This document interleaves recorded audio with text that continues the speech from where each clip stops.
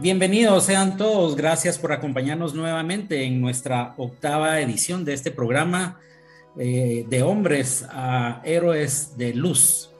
Y damos gracias a Dios porque ya vamos adentrados en este precioso libro que estamos leyendo, ¿Qué desea Dios de un hombre?, escrito por el autor Kurt de Haan. Es un buen libro que nos ha edificado en todos estos 7 programas anteriores. Así es que sean bienvenidos, esperamos que podamos seguir creciendo y te doy la bienvenida, Sergio. Gracias por acompañarnos acá nuevamente. ¿Cómo estás? Muy bien, es un privilegio estar con ustedes siempre compartiendo este tema y emocionado que sigamos adentrándonos en este libro tan interesante. Así es, sí, también José Luis Monzón nos está acompañando en esta oportunidad. Bienvenido.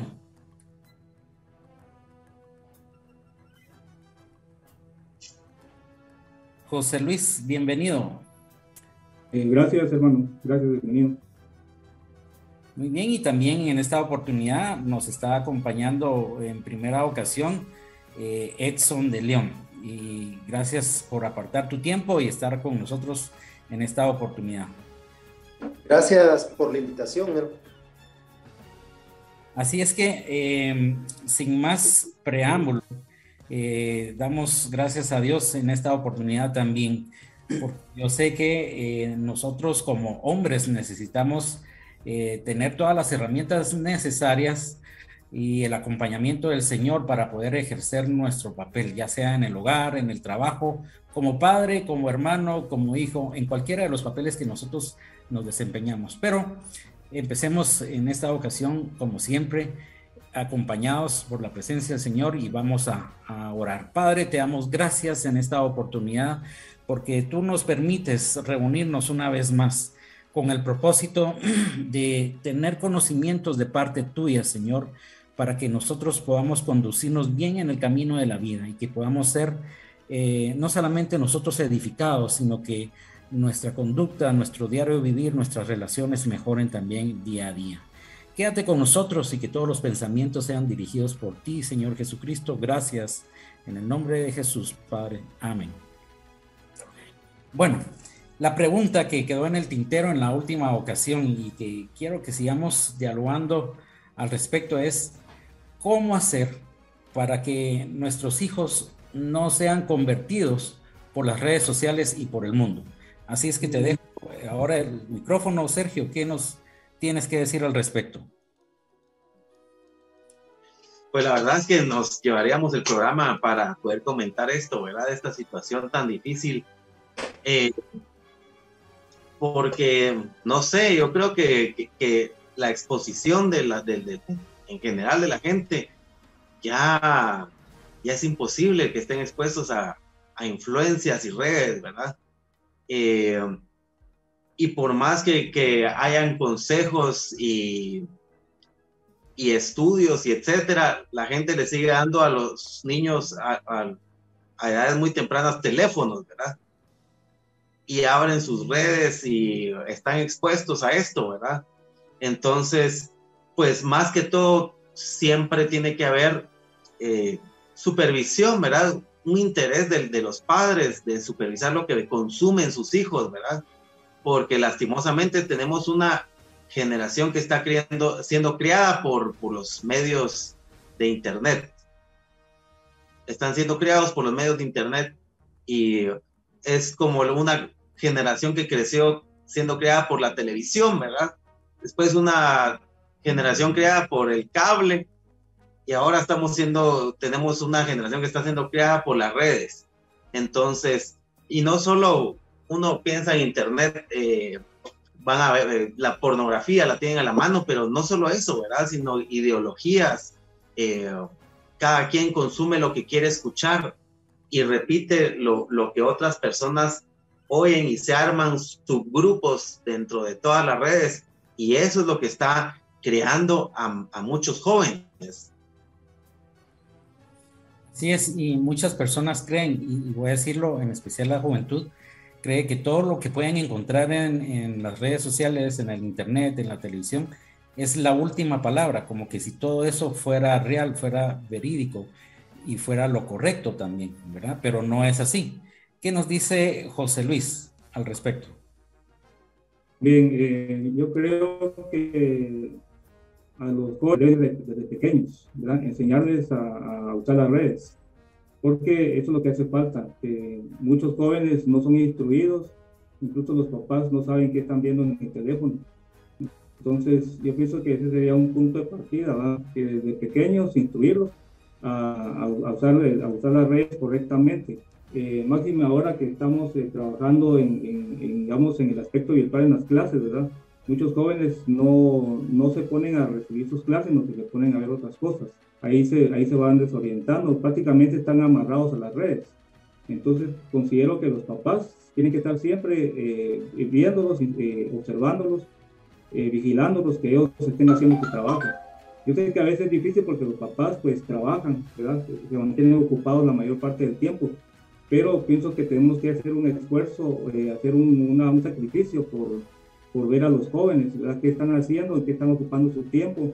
Y siempre instruirlos, ¿verdad? En la palabra, que no es bueno que estén viendo pornografía en el teléfono, que no es bueno que estén viendo cosas violentas, ya que eso viene a manipular su mente, ¿verdad? A cambiar su forma de pensar. Yo creo que los padres tenemos que tener mucha responsabilidad ahí con ellos. Así es, todo ese tipo de vistas que ellos hacen permea su mente, ¿verdad? Como que cauteriza el corazón y ya no hace un corazón blando, un corazón que sea manejado y guiado por el Señor, ¿verdad? Por Dios. Sí, eso es cierto. Y quiero tomarte también la parte que dijiste, José Luis, muy importante. Enseñarles desde pequeños a ellos a usar esto de la tecnología.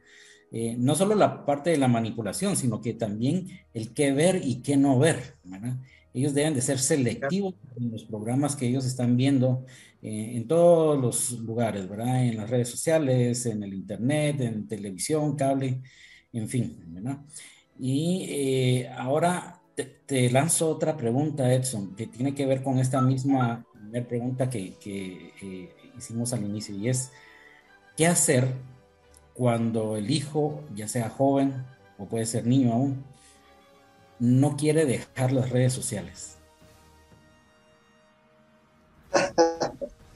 Creo que es la pregunta más complicada, ¿verdad? Yo tengo una hija que es adolescente, tiene 17 años y les digo, ella recibe clases por el teléfono a veces en la computadora, a veces en la tablet. Se sienta desde la mañana que se levanta hasta la noche. Y a veces son cosas del colegio, a veces son compañeros porque se ponen a trabajar también en las redes, porque es complicado estar solo por teléfono, ¿verdad? Es caro también y en algunas ocasiones pues no disfrutan de tener la compañía como nosotros, es muy seguro que la disfrutamos en nuestra juventud. Yo recuerdo que cuando nosotros queríamos hacer un trabajo de parte del colegio, la escuela donde yo estudiaba, nos reuníamos 3, 4 compañeros y hacíamos el trabajo. Hoy ya no se hace eso. Es algo bien complicado porque ellos todo es redes, se unen en una página y hacen lo que ellos quieren. Ahora, en relación a tu pregunta, yo pienso que aquí es donde nosotros debemos de depender de Jesús, ¿verdad? Ser más como Jesús, como hombres, y tratar de acercarnos al ejemplo que Jesús nos dio. Y era justo lo que leíamos esta semana, ¿verdad? Estos días al respecto. Yo creo que Jesús fue una persona que, sin que la gente se diera cuenta, él se acercó a las personas y les habló. Y yo creo que parte de eso es algo de lo que tenemos que hacer, acercarnos nosotros a nuestros hijos, a las personas que dependen de nosotros, no como lo estamos haciendo tal vez, sino de una forma más abierta y de una forma donde ellos se puedan identificar con nosotros y puedan ver con nuestro ejemplo lo que ellos deben hacer. El problema es que a veces nosotros como hombres y también las mamás, ¿verdad? Las mujeres no tienen ganas o no tenemos ganas de comprometernos en esa situación porque lleva tiempo y es cansado y a veces, yo les digo, yo he tenido reuniones con mi hija donde empiezo a las 9 de la noche que nos reunimos a orar, me dan las 11 de la noche y ella discutiendo que no, que ella quiere el internet, que ella quiere estar hablando en las redes y es algo impresionante. Yo creo que ya va formando parte de la cultura de este siglo XXI, donde todos quieren estar conectados, aunque no se miren, aunque tal vez ni se hablen, con solo ver la foto de la persona que está conectada ahí ya es una emoción diferente a estar tranquilo o tranquila en su casa la persona, ¿verdad? Y yo creo que de eso depende mucho y que nos afecta mucho, ¿verdad? Es un compromiso, hermano, es un compromiso que yo les digo, ha sido difícil para mí como papá, y yo creo que si ustedes tienen un hijo adolescente o una hija adolescente, ustedes también pueden estar pasando la misma situación, ¿verdad? Que es difícil, es complicado y es un compromiso. Bien decía, ser padres no es cosa fácil, es muchas veces complicado, ¿verdad? Por eso es que necesitamos nosotros equiparnos, ¿verdad? Y pasarnos todos esos tips y lo que estamos comentando en este programa es eso precisamente, ¿verdad? Pasarnos las ideas de cómo hacerlo, ¿verdad? Pero quiero retomar algo muy importante que mencionó José Luis y tú, Edson, y es que necesitamos tener ese acercamiento con nuestros hijos, esos momentos de calidad, y óigame bien, no solo de calidad, de cantidad también. Hoy más que nunca, nosotros necesitamos dedicar tiempo a nuestros hijos. Esa relación tiene que estar estrecha para poderles llegar a ellos, para que pueda haber esa situación de el hacernos caso, como decimos comúnmente acá en Guatemala, que nuestros hijos nos hagan caso. Tiene que haber esa cercanía, ¿verdad? Porque si no, si estamos muy a la distancia y nosotros venimos solo a llamarles la atención, ellos no nos van a querer hacer caso definitivamente, ¿verdad? Entonces tiene que haber momentos de calidad y de cantidad. Lo que mencionaba Edson, el Señor Jesucristo era un líder que se acercaba a las personas. Lo más importante para el Señor son las personas y Él estaba cerca de las personas. Y para nosotros también es importante nuestros hijos, tenemos que estar cerca de ellos en todo tiempo. Esos momentos de sobremesa hay que hacerlos entre semana, los fines de semana. Tenemos que aprovechar esos tiempos de diálogo con nuestros hijos para que les enseñemos cosas prácticas de la vida, del día a día.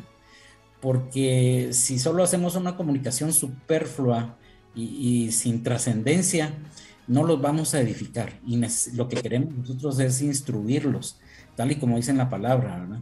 Mañana, tarde y noche tenemos que estarlos instruyendo a ellos sobre los asuntos de la vida, que ellos puedan ver ejemplos en otras personas, ya sea que un buen ejemplo o un mal ejemplo, pero tomar esos ejemplos, llevarlos a la mesa donde estamos platicando en familia y ver la exposición de todos los personajes involucrados en esos ejemplos, ¿verdad? Para que ellos puedan crecer también y que ellos opinen, ¿verdad? Y nosotros enderezar la instrucción de ellos, ¿no? Vamos a... Sí, perdón, para ir concluyendo con el tema, que podría ser muy extenso, ¿verdad? Pero realmente todos con hijos en edad de pubertad y adolescencia están pasando por lo mismo, y sobre todo en estos tiempos que no había tomado en cuenta lo que decía José Luis, ¿verdad? De clases virtuales. Forzosamente tienen que estar conectados, ¿verdad? Pues eso, ¿verdad? Instruir a nuestros hijos, aconsejarlos, dedicarles tiempo, ¿verdad? Y decía Edson algo muy importante, tener el compromiso, ¿verdad? Tener el compromiso y eso requiere también de tomar tiempo para investigar, porque estaba pensando que en estos tiempos que incluso ya es necesario el tener acceso a las redes y al internet y etcétera, hay formas de cómo poder monitorear el celular de los hijos, ¿verdad? Entonces yo como todavía no tengo hijos con celulares, no he adentrado en el tema, pero hay aplicaciones donde uno puede sondear qué aplicaciones usa la persona, ¿verdad? Qué aplicaciones usa, cuánto tiempo las usa, incluso restringirles el tiempo del uso de ciertas aplicaciones. Entonces, pues requiere dedicación poder investigar eso y saber cómo funcionan, ¿verdad? Esas cosas, pero siempre es por el bienestar de nuestros hijos, ¿verdad? Así es. Creo que tenemos que aplicar esa frase de que nuestros hijos son como aves de paso. Ellos están en nuestros hogares durante un tiempo en el cual los estamos formando. Como aves tenemos que aplicar la A de autoridad, ¿verdad? Y de amor. Darles autoridad y amor a ellos, ¿verdad? Ellos tienen que saber quién manda en casa. Ahora, vemos hoy día que muchos hijos mandan a los papás. Los papás les preguntan a los hijos qué se va a hacer. Entonces eso no debe de ser así, ¿verdad? Claro. Luego la V de vigilancia, hay que estar ahí, ojo, hay que estarlos viendo, hay que estarlos cuidando, hay que estarlos monitoreando. Y la E es de ejemplo, ¿verdad? Ellos van a estar con el ejemplo ahí de nosotros, sus padres, ¿no? Entonces, tenemos que tener estas tres cosas para poder cuidar bien a nuestras aves de paso, ¿verdad? Y el autor Kurt de Haan en su libro menciona el ejemplo de Daniel, y él menciona que Daniel dejó a un lado, rechazó el mundo, ¿verdad? Por agradar a Dios, y fue firme. Las convicciones de él estaban bien basadas, ¿no? Entonces nosotros tenemos que hacer que nuestros hijos basen muy bien en quién creen, creer en el Señor Jesucristo, en Dios, en su palabra, y que ellos estén firmes, que no haya nada que los pueda remover. Y como decía Edson, hay que estar orando por ellos también. Tenemos que pedirle al Señor que nos ayude al respecto. Bien, vamos a seguir aquí en nuestro libro para continuar. Entonces, estábamos por contestar la siguiente pregunta, y te voy a dejar aquí el tiempo, Sergio, para que nos ayudes con la lectura, por favor, en la página 13, ¿verdad? Sí. Sí, nuestra siguiente pregunta es: ¿qué significa ser cabeza y de dónde sale el término? Cuando se habla del tema de la cabeza, muchas personas inmediatamente se hacen la idea mental de una autoridad que da órdenes, a menudo irracionales. Sí, en 1 Corintios 11:13 usa la palabra cabeza. También lo usa en Efesios 5:23. Leamos Efesios 5:23. Dice: porque el marido es cabeza de la mujer, así como Cristo es cabeza de la iglesia y es el salvador del cuerpo. Oiga, qué interesante. Es el salvador del cuerpo. Porque pues la cabeza no es más importante que el resto del cuerpo, ¿verdad? Este término incluye el significado de origen o fuente. Así algunos han interpretado el término cabeza como queriendo decir que la mujer fue creada del hombre, ¿verdad? Porque fue retirada la costilla del varón, ¿verdad? Concluyen que de la misma manera que Cristo es la fuente de vida para todos los creyentes, así el hombre, o sea, Adán, fue la fuente de la vida de la mujer.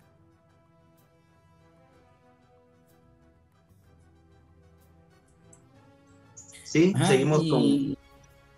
Retomando ahí eso que dice en 1 Corintios 11:3. Cristo es la cabeza de todo varón, y el varón es la cabeza de la mujer, y Dios la cabeza de Cristo. Hay un orden ahí de autoridad, ¿verdad? Hay un orden, y este orden de autoridad va acompañado mucho con lo que es amor, ¿verdad? Muchos piensan que el ser cabeza es solo dar instrucciones, dar órdenes, pero no es eso precisamente, ¿verdad? Sí hay la instrucción, sí hay el emitir alguna indicación, pero también, como bien decías ahí en esa otra escritura, es el salvador del cuerpo, ¿verdad?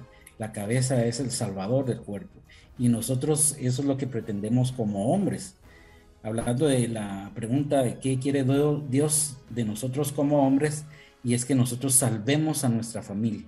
Por eso yo les decía la vez pasada, no concibo, no me cabe en mi mente el que exista alguien que es cristiano y que sus hijos no sean salvos. Eso no puede ser posible, ¿verdad? Porque tuvo que haber una instrucción desde pequeños hacia nuestros hijos, ¿verdad? En la palabra del Señor.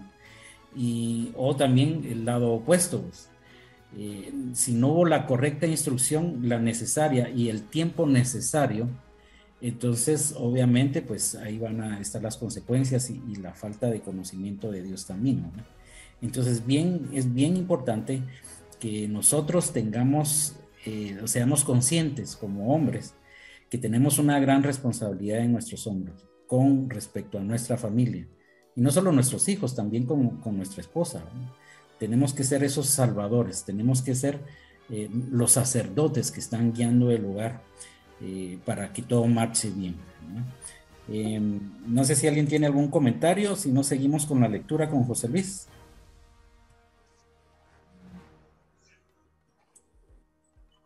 Nos toca ahí entonces desde sin embargo, José Luis, por favor. Bueno, sin embargo, en otros pasajes de la Biblia dice que la intención de Dios no es excluir el concepto de liderazgo,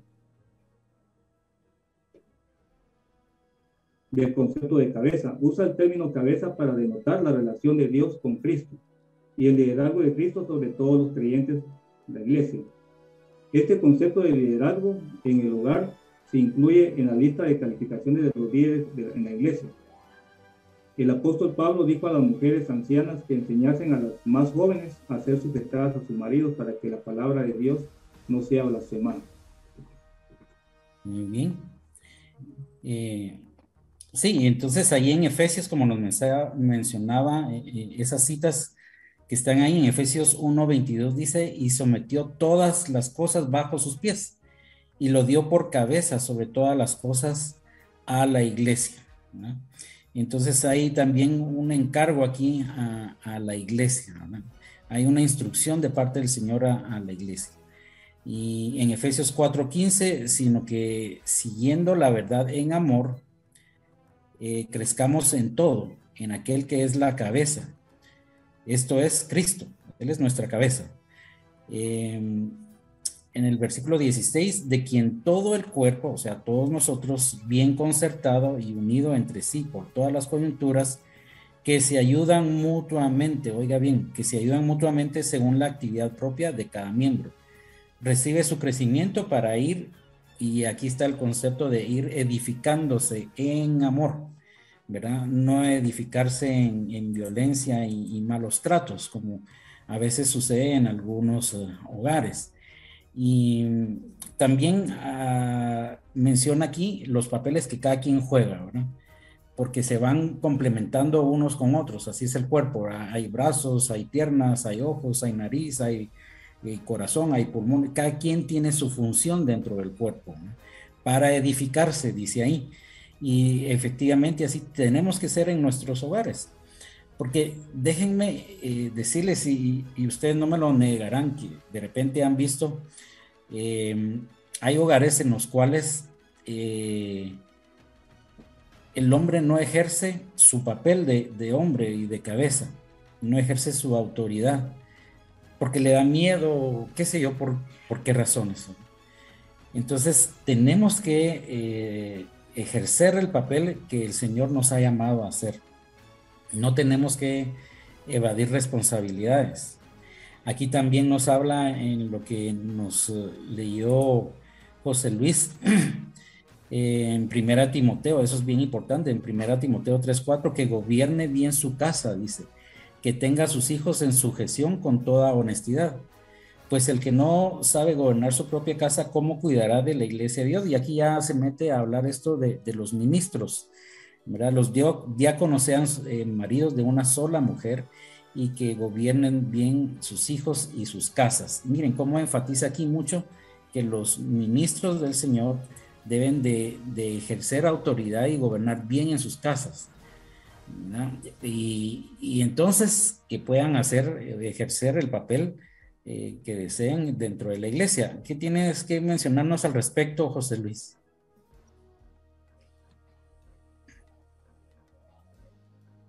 Es muy importante el liderazgo, digamos, en el caso del hombre, ¿verdad? En el hogar, porque el hombre en el hogar tiene que dar el ejemplo, ¿verdad?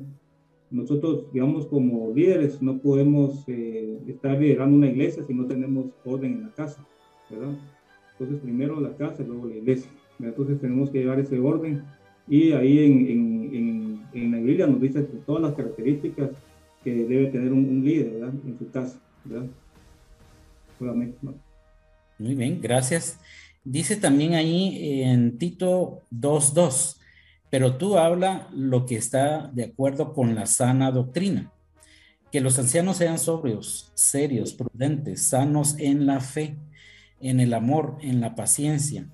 Las ancianas asimismo sean reverentes en su porte, no calumniadoras, no esclavas del vino, maestras del bien, que enseñen a las mujeres jóvenes a amar a sus maridos y a sus hijos, a ser prudentes, castas, cuidadosas de su casa, buenas, sujetas a sus maridos, para que la palabra de Dios no sea blasfemada.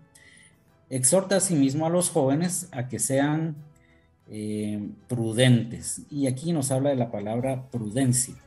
Miren, en todo esto que les acabo de leer, que es pura palabra del Señor, hay mucho de enseñanza. Si se dieron cuenta ahí, esposos enseñando, madres enseñando, hijos aprendiendo, hijos asimilando, y como decía acá, que los jóvenes sean prudentes. ¿Qué tienes para decirnos al respecto, Edson, sobre la palabra prudencia? Yo pienso que la prudencia es algo que nos falta siempre, ¿verdad? Es algo que siempre nosotros tenemos que evaluar si la estamos teniendo. Prudencia se puede dar desde la forma en que nosotros salimos y manejamos nuestro carro, desde la forma en que nosotros hablamos con los demás también, porque no sabemos qué personas son y cómo nos pueden ellos evaluar y ver por ser cristianos, y también por la forma en que nosotros nos conducimos, donde quiera que andamos. Debemos ser prudentes, pero la prudencia más importante es tener en cuenta a Dios en todo lo que nosotros hacemos. Cuando nosotros tenemos al Espíritu Santo de Dios en nuestra vida, el Espíritu Santo es nuestra prudencia. El Espíritu Santo nos indica: por aquí puedes ir y por aquí ni que se te ocurra, ¿verdad? Entonces es muy importante que incluyamos siempre a Dios como parte de nuestra vida. Y yo les digo que a mí me ha estado bombardeando el Señor últimamente al respecto de la prudencia, en mi trabajo, con mis compañeros de trabajo, con mis jefes, cómo debo de conducirme, la forma en que yo debo de platicar con ellos y analizar las cosas que ellos me comentan, porque a veces no vemos las cosas de la misma forma, y si nosotros no somos prudentes nos lleva el río, ¿verdad? Pero también pienso en nuestra familia, que nuestra familia debe depender realmente de una prudencia que nosotros podamos inyectar como hombres, ¿verdad? Si nosotros damos libertad excesiva en la casa hacia nuestros hijos, pues los hijos se van a descarrilar, ¿verdad? Y eso es falta de prudencia. Necesitamos aplicar esa prudencia dentro de nuestro hogar, ¿verdad? Dentro de nuestra familia, con nuestros hijos, con nuestra esposa, en todos los ámbitos de nuestra vida. Perdón que te interrumpa eso, y es que realmente, como mencionabas ahí, hacia los hijos, ¿verdad? Por lo general los jóvenes tienden a ser muy impetuosos, ¿verdad? Y son muy sulfurosos y quieren hacer las cosas ya y sin pensarlo, ¿no? Entonces es necesario inyectarles prudencia. La prudencia nos va a prevenir de muchos males. Por ejemplo, hoy tenía que firmar yo un contrato ahí con una editorial y están necios desde hace meses que les firme un contrato. Ay, pero creo que el Espíritu Santo, y miren, y eso es importante, andar en ese nivel espiritual también es buenísimo. Y yo le doy gracias a Dios porque Él nos guía, porque Miren, uno así en su forma ¿qué les dijera yo? Tan inocente de ser, podría caer en cosas malas, ¿verdad? Pero el Espíritu Santo de repente le habla a uno de prudencia, ¿verdad? No firme solo eso así, ¿verdad? Porque pareciera ser un contrato común y corriente, ¿verdad? Pero después, cuando yo me puse a leerlo, mencionaba ahí los anexos tales y tales. ¿Y dónde están los anexos? Solo me dieron apenas unas hojas del contrato. Y quiero ver los anexos, ¿verdad? Porque no voy a firmar a ciegas. Y es así en la vida de nuestros hijos. Hay que enseñarles a que no firmen a ciegas en su vida. Y eso se llama prudencia.